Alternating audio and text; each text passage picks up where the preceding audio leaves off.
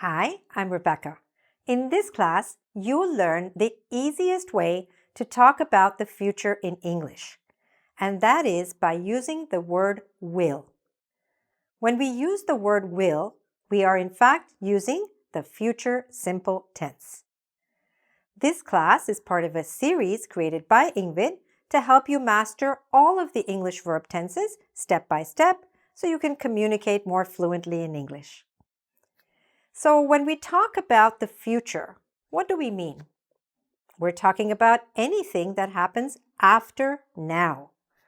For example, it could be something that happens 5 minutes from now or 50 years from now. All of that is the future. And in English, we have many tenses and ways to talk about the future. Some of them are basic and some of them are more advanced.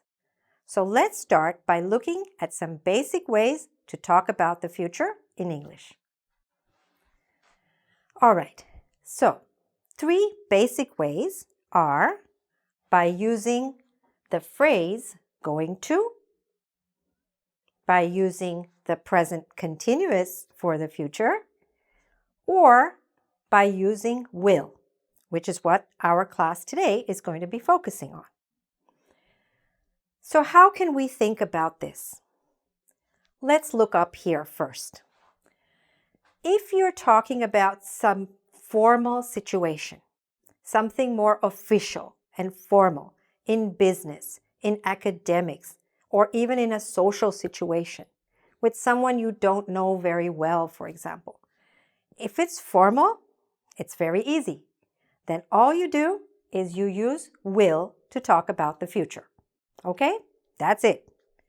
Now, what if the situation is a little more informal?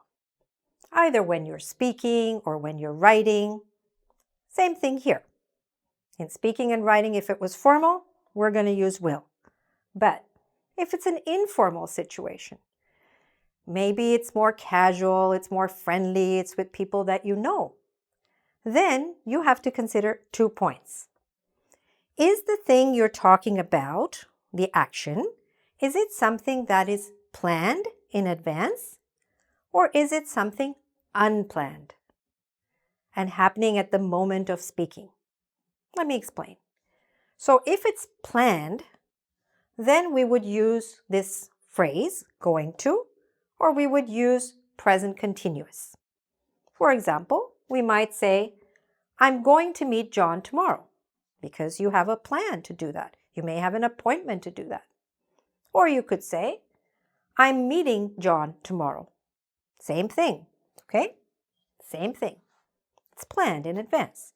But if it's unplanned, that means what? What do we mean by unplanned? It just came up. Let's suppose you're at a meeting and someone says, hey, could you meet John tomorrow? And you say, okay, I'll meet John tomorrow. So you just decided at the moment of speaking. And it's an informal situation because you know John. So then we can use will. And of course, as we already said, if it's a formal situation, then we use will. Planned, unplanned, doesn't matter. It's a formal situation. Then we would say something like, I will meet Mr. Williams tomorrow. Okay? So this is your basic overview. And of course, we'll be looking at all of this in more detail so you really understand it very well and can use it correctly yourself. Now let's look at when we can use the future simple tense in real life. As you know, we can use it in formal situations. For example, the ceremony will begin at 8. Okay, it's an official ceremony. Maybe it's an award ceremony, a graduation ceremony. So it's something formal and official. So we can use it in that context, right? The ceremony will begin. There's our future. We can use it in planned events. For example, you call to make an appointment and the receptionist says, okay, the doctor will see you at 3 o'clock. So this is something that's planned. It's an appointment, right? The doctor will see. All right? Good. We can also use it very often to talk about business. For example, ABC company will open a new factory. All right, here we have will open. So this is like an official announcement. It's a little more formal, right? So we see that. We see will being used in its full form. Next, we can also use it when predicting something about the future. For example, experts say food prices will rise. We see here, will rise. Okay, they're making a prediction about what might happen in the future. We can also use it, as we saw, for informal situations. For example, I'll call you later. Now we see that when it's informal, we're using that contraction. We'll look at that more in a short while, but you can notice it here. I'll call you later. Something informal, right? You can also use it for something that's not planned in advance. Informally. For example, hey, I'll give you a ride to the subway. Let's suppose you and your colleague are just stepping out of the office and suddenly it starts pouring rain or there's a big snowstorm and you have a car and your colleague doesn't. So you say, hey, I'll give you a ride to the subway. I'll give. Okay? Next, you can use it for ordering food. For example, when you order food in a restaurant, you don't always decide in advance what you're going to order. You look at the menu, you see what you feel like, and then you order something. So you're kind of making that decision on the spot. So you might say something like, I'll have a small cheese pizza. I'll have. Okay, so we can use it, as I said, to talk about like the immediate future, right? Right away, because you're ordering right now. You can also use it when you're promising something about the future. For example, I'll return your book tomorrow. Okay? I'll return. Next, you can use it when you're offering something. For example, I'll help you finish the report. I see that you've got a lot of work left. Hey, I'll help you finish the report. Okay? I'll help. Next, we can also use it lots of times to talk about possibility. We're not sure, but it's possible that something will happen or that we will do something. For example, maybe I'll take a break and watch a movie tonight. Maybe somebody's been studying very hard or working very hard and they just want to relax. So they say, you know what, maybe I'll take a break. So this maybe is possibility, uncertainty about the future. So then also we can use the future simple tense. Now let's look at how we form the future simple tense. And I really think you're going to love this part because it's so easy. Let's see how it's done. So I've divided the board into 3 for positive sentences, negative sentences, and for questions.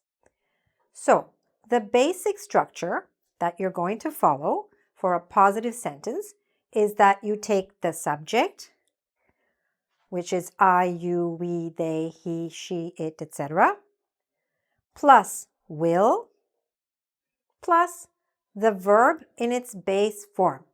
That's the interesting part. You don't have to change the verb at all.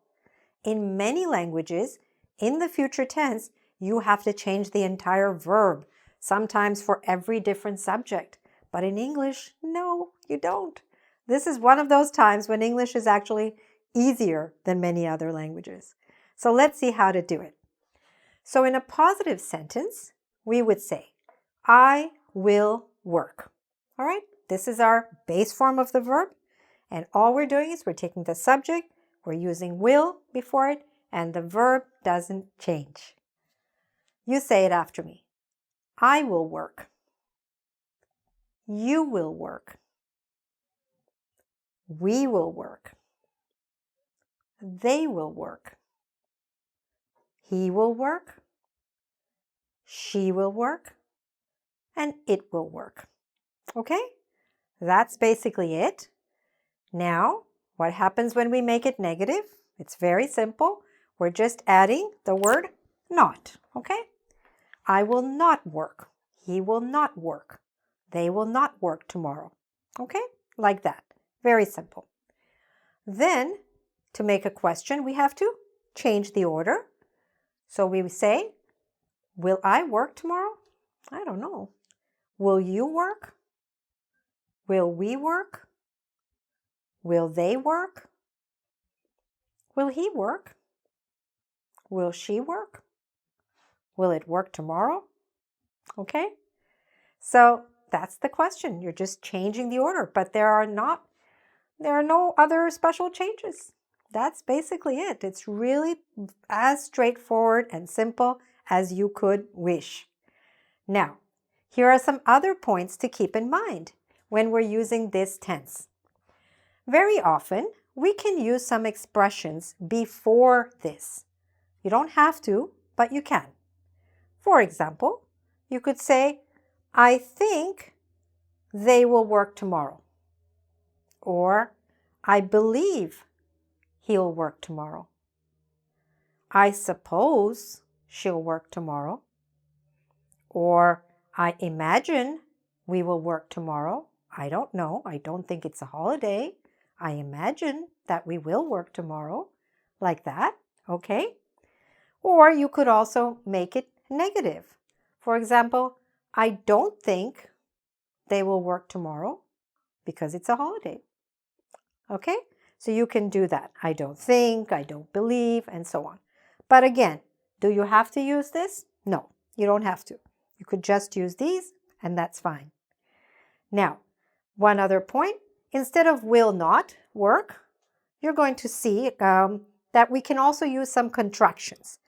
We'll learn more about that soon, but a very common and necessary contraction for will not is won't.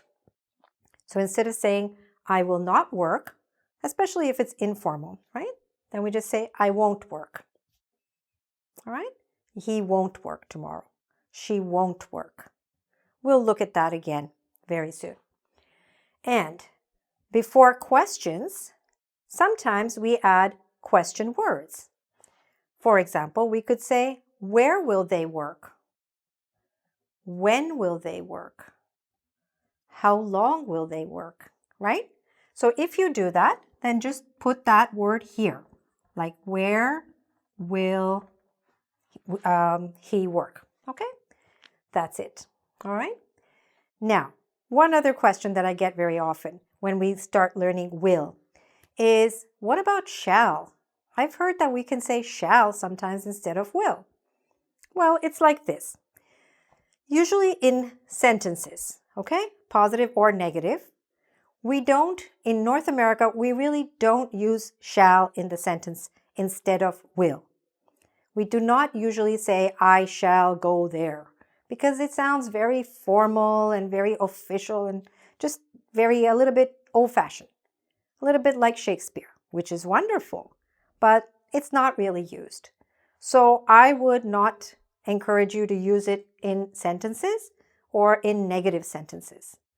What we do sometimes, though, is we use it to create a kind of a polite question. So we could say, for example, only with I or we, you could ask somebody, shall I order dinner? It's just like a polite way of asking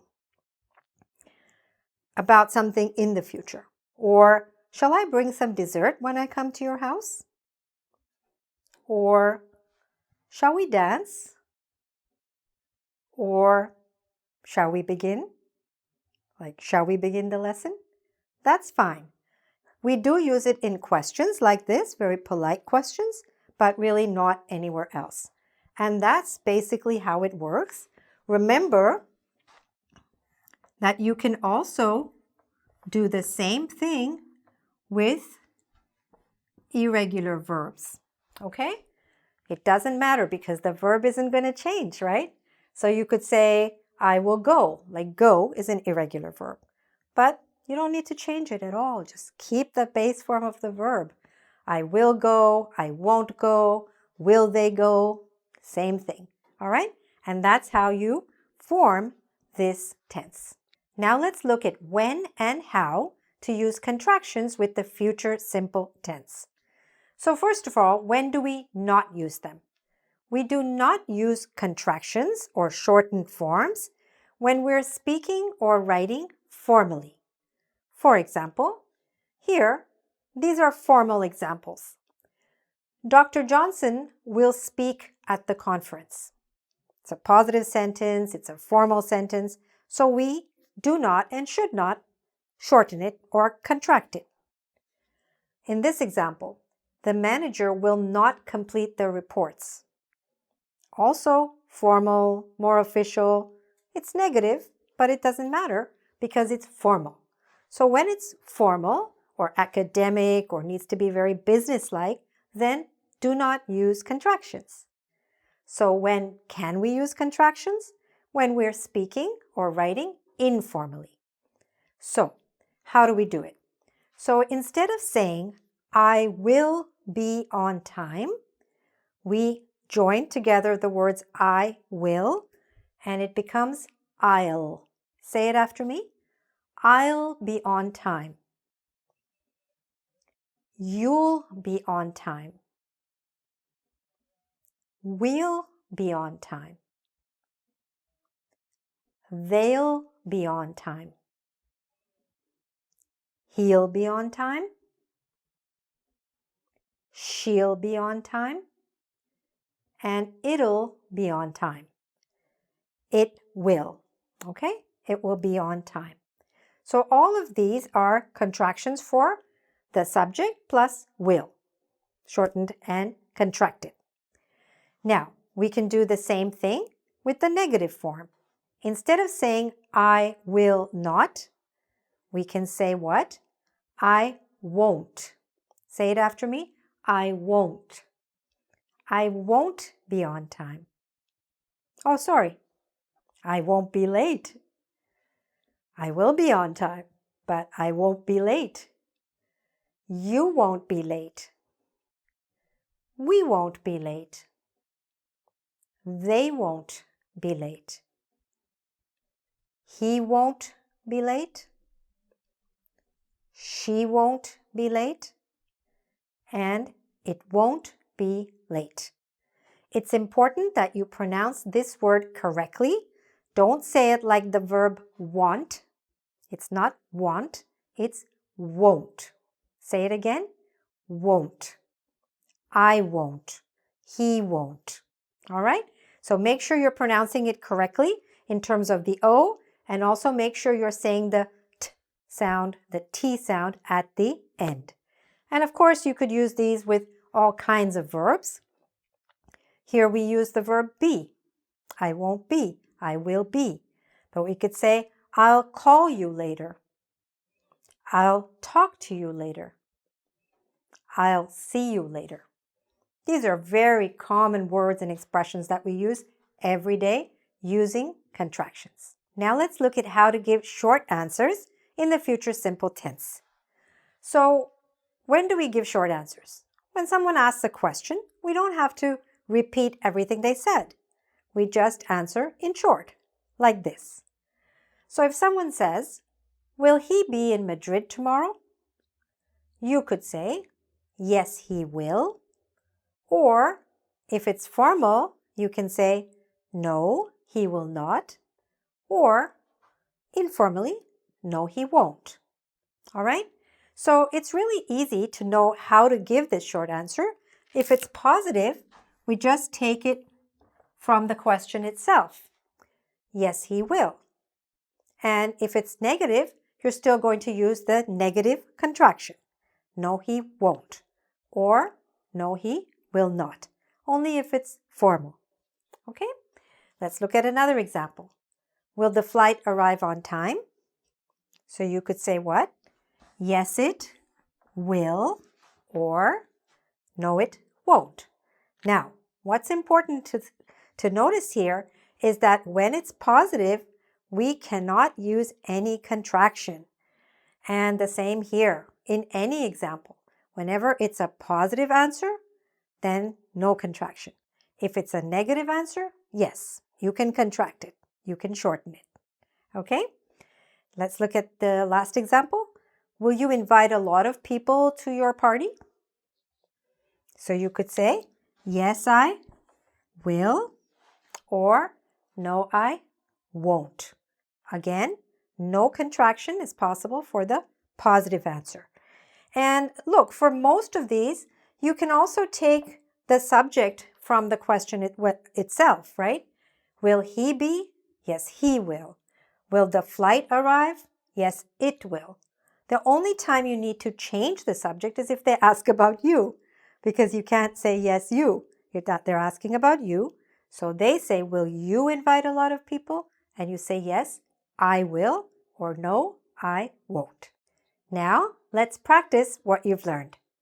We'll make some positive sentences, some negative ones, and then some questions. Okay, let's get started. Number 1, I something give you the recipe. So how would we express that in the future simple tense? I, what do we put? Will give you the recipe. Okay? I told you. It's really simple. We don't have to change the verb. We're just basically adding what? Will. So, number 2. Don't worry. You blank pass the exam. What will it be? Don't worry. You will pass the exam. Okay, that's it. That's all. Number 3, the bank blank close at 5 o'clock. The bank will close at 5. All right, great. So that was positive, okay, when we're making positive sentences. Now, let's take these verbs and let's make this entire sentence negative. The store blank deliver on Sunday. And let's use a contraction. The store, what do we say? Won't deliver on Sunday. We could have also said the store will not deliver on Sunday. But basically, the verb stays the same. Next, number 5. He blank be home until 11. What would it be? He, let's use the contraction again. He won't be home until 11 o'clock. All right, good. We could also say what? He will not be home until 11. All right, number 6. I blank have time tomorrow. Make it negative. I, use the contraction. I won't have time tomorrow. Or I will not have time tomorrow. Okay, wonderful. You're doing great. Now, let's make some questions. Blank, they, blank, make an announcement. Remember with the questions, we have to change the order. So which word do we use first? We say what? Will they make an announcement? Will they make? Not they will make, but will they make? All right? That's how we form the question. Number 8. Blank, she, blank, get the job. How do we make the question? Will she get the job? All right? Excellent. And the last one is actually the title of a very famous song. Let's see if you can figure it out. Blank, you still blank love me tomorrow. So what would it be? Will you still love me tomorrow? All right? So there you go. You've practiced positive sentences, negative sentences, and questions. Great work. Now let's look at some common mistakes to be careful of when using the future simple tense. So the first one is with the word will itself. Let's read the sentence and you can help me correct it. This person wanted to talk about the future, but they wrote, "They meet you at the hotel." So what's wrong there? The will was missing. Where does it belong? They will meet you at the hotel. Okay? So don't forget to write will. All right? That's the first point. Second, sometimes mistakes are made in the contraction. Let's look at this one. Well, be home soon. Right now, if I were just to read it, it would read like that. Well, be home soon. But it should be, because this person wanted to say, we will be home soon, but they wanted to use the contraction. So what's wrong there? Right now, it doesn't look like a contraction. So we need to add the apostrophe. We'll be home soon. So make sure you spell it correctly, the contraction, and also pronounce it correctly. We'll be home soon. Okay? Very nice. The next one is, again, a spelling mistake. It's possible. Okay? So this student wrote, the kids won't go to sleep. But that's not what the person was trying to say. They wanted to say the kids will not go to sleep. And they want to use the contraction. But they didn't use the right word. The word is not W-A-N-T. It should be what? W-O-N''T. So if you're using the contraction, make sure you don't say want, say won't. And then make sure it's spelled correctly as well. All right.